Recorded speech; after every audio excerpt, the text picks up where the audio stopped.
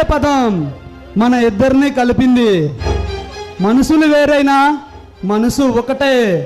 ఆ భగవంతుడు దిగి వచ్చిన మన ఇద్దరిని వేరు చేయలేడు శైలు. కానీ విక్రమ్, నీపైనే ఆశలు పెట్టుకొని నీకోసమే బతుకుతున్న ఒక అమ్మాయి ఆశగా ఎదురు చూస్తుందన్న సంగతి మర్చిపోకు. అంటే డ్యూటీకి డుమ్మీ కొట్టి డేటింగ్కి వెళ్దామంటావా శైలు? విక్రమ్, జీవితాంతం ఇలాగే ఉండిపోవాలి, నీ గుండెల పైన కబుర్లు చెబుతూ ఉండిపోవాలని నాకు కోరికగా ఉంది.